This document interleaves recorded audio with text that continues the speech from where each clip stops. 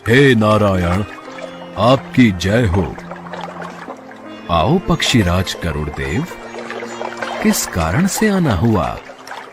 हे प्रभु, आप सृष्टि के रचयिता हैं। अब आप ही कुछ चमत्कार कर सकते हैं। ये नन्ही गौरैया जिद में आकर समुद्र का पानी सुखाने की ठान बैठी है।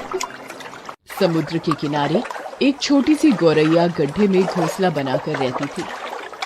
एक दिन उस गौरैया ने 2 अंडे दिए। सुबह हो गई है, मैं दाना चुग कर आती हूँ, तब तक मेरे अंडे यही हैं। यहाँ भला किसको पता मैंने 2 अंडे दिए हैं। मैं जल्दी से दाना चुग कर आ जाऊंगी। गौरैया दाना चुगने चली जाती है। गौरैया को दाना चुग कर आने में शाम हो जाती है, लेकिन जब वो वापस आती है, अरे मेरे अंडे कहाँ गए? यहाँ तो आसपास कोई भी दिखाई नहीं दे रहा। ये समुद्र मुझे देखकर हंस क्यों रहा है? समुद्र, क्या तुमने मेरे अंडे लिए हैं? फिर तुम हंस क्यों रहे हो? मुझे सच सच बता दो, मेरे अंडे कहाँ हैं? तुमने ही मेरे अंडे चुराए हैं। मेरे अंडे वापस करो। नहीं, मैंने तुम्हारे अंडे नहीं लिए। मैं क्यों भला तुम्हारे अंडे लूंगा? मुझे तुम्हारे अंडे चुराकर भला क्या मिलेगा? मुझे नहीं पता तुम्हारे अंडे कहाँ हैं। मुझे परेशान मत करो। ढूंढ सकती हो तो खुद ढूंढ लो अपने अंडे। समुद्र की बातें सुनकर गौरैया को गुस्सा आने लगा। वो समुद्र से बोली, अगर तुमने मेरे अंडे वापस नहीं किए तो मैं तुम्हें पूरा सुखा दूंगी। एक माँ की ताकत को शायद तुम नहीं जानते। माँ अपने बच्चों पर कोई आंच नहीं आने देती। तू सुखाएगी मुझे? तू पिद्दी सी गौरैया, चल ये कोशिश भी करके देख ले। गौरैया गुस्से में एकटक बहुत देर तक समुद्र को देखती रहती है। समुद्र की आती जाती लहरों के बीच भी वो टस से मस नहीं होती। अब देख समुद्र, मैं तेरा सारा पानी सुखा कर ही दम लूंगी। गौरैया गुस्से में अपनी छोटी सी चोंच में समुद्र का पानी भरती और किनारे पर उड़ेल देती। अरे गौरैया बहन, आज तुम दाना चुगने नहीं आई और तुम ये क्या कर रही हो? मैं समुद्र का पानी सुखाकर अपने अंडे समुद्र से वापस लूंगी। तुम जाओ, मुझे अपना काम करने दो। पर गौरैया बहन, ये कार्य असंभव है। इस तरह तुम समुद्र का पानी नहीं सुखा पाओगी। गौरैया ऐसे दृढ़ निश्चय के साथ अपने कार्य में लगी रही। जब वो थक जाती तब वो थोड़ी देर रुक जाती और फिर अपने काम में लग जाती। इस कार्य में गौरैया को 3-4 दिन हो चुके थे। इसी कारण भूखी प्यासी गौरैया की तबीयत खराब होने लगी।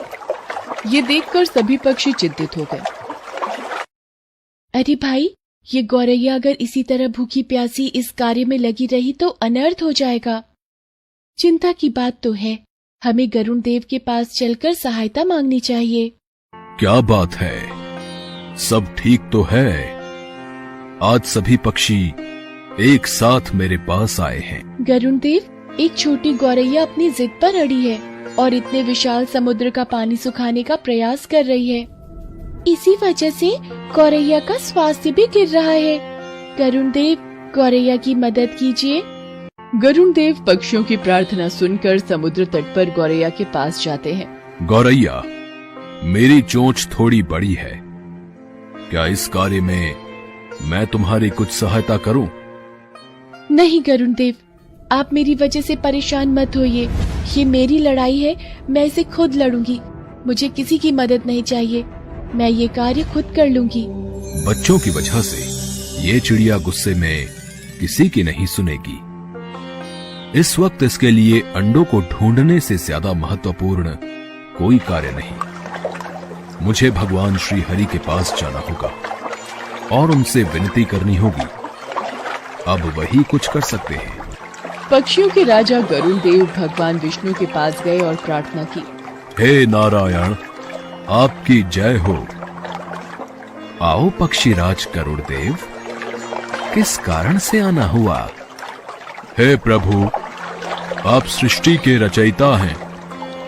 अब आप ही कुछ चमत्कार कर सकते हैं। ये नन्ही गौरैया जिद में आकर समुद्र का पानी सुखाने की ठान बैठी है, जो कि संभव नहीं है। गरुड़देव, ये गौरैया कितने विश्वास के साथ निरंतर अपना कार्य कर रही है। मैं इसकी दृढ़ता देखकर अति प्रसन्न हूं। हे समुद्र देव, आप पीछे हट जाइए और गौरैया को अपने अंडे लेने दीजिए। आज एक मां अपने बच्चों की रक्षा के लिए कोई भी जोखिम उठाने के लिए तैयार है, इसलिए मैं गौरैया के साथ हूं। आपको पीछे हटना होगा और गौरैया के अंडे उसे लौटाने। जो आज्ञा प्रभु।